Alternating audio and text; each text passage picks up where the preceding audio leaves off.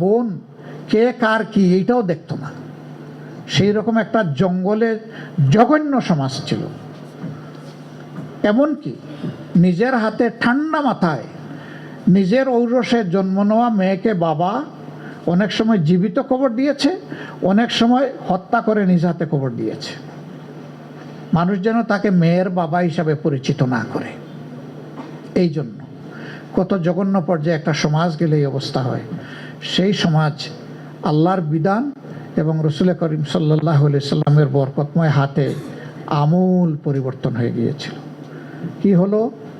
আল্লাহ রসুল তার ইন্তেকালের আগে বললেন, দুনিয়াবাসীর সুসংবাদ নাও, এমন একটা সমাজ তোমাদেরকে গড়ে দিয়ে গেলাম, নমুনা গড়ে দিয়ে গেলাম, যেই সমাজের সানা থেকে হাজারামাউত ৩৫০০ মাইল একজন যুবতী তরুণী তার সমস্ত রূপ সৌন্দর্য নিয়ে একা সফর করবে, কোনো জালিমের চোখ তার দিকে তুলে তাকানোর সাহস পাবে না।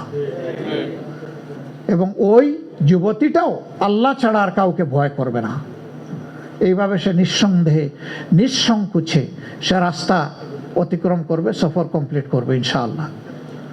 যেখানে মেয়েকে বাঁচতেই দেওয়া হতো না, তার কোনো বাঁচারই অধিকার ছিল না, সেখানে কোথায় নিয়ে তাদেরকে তোলা হয়েছে।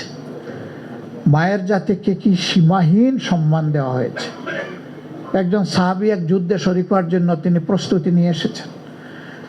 আল্লাহ রসুলের কাছে এসে কেঁদে কেঁদে বলছেন, হে আল্লাহর রসুল, আমি বড় কঠিন পরীক্ষায়, আমি আজকের যুদ্ধে আপনার সঙ্গী হতে চাই, কিন্তু আমার মা বাবা দুজনই বৃদ্ধ, সেবা করার মতো আমার ঘরে আমি ছাড়া আর তাদের কেউ নেই।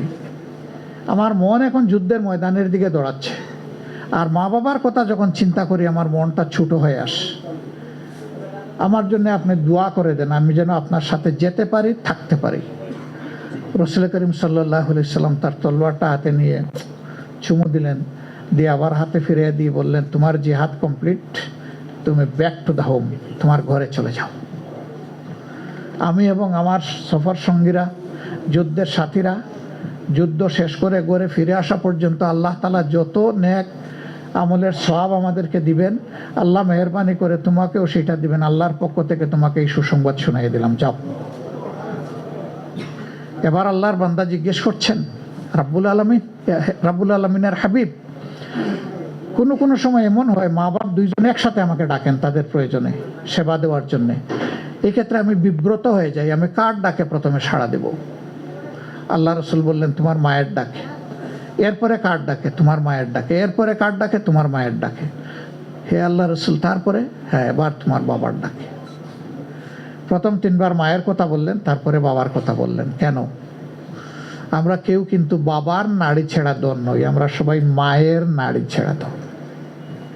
আমরা কেউ বাবের গর্ভে জন্ম নেইনি, আমরা জন্ম নিয়েছি মায়ের গর্ভে।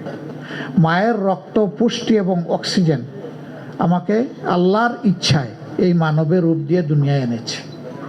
এই জন্য মায়ের অধিকার বাবার চাইতে 3 গুণ বেশি। এই অধিকার ইসলাম দিয়েছে, এটা আর কেউ কাউকে জীবনে দিতে পারে নাই, দিতে পারবেও না। তা আমি এই কথাগুলা কিছুটা প্রাসঙ্গিক, কিছু অপ্রাসঙ্গিক নিয়ে এসেছি। আপনারা কিছু দাবি পেশ করেছেন, আসলে এগুলা কোনো বড় দাবি না, একেবারেই মামুলি হালকা দাবি, শুধু একটু সদিচ্ছার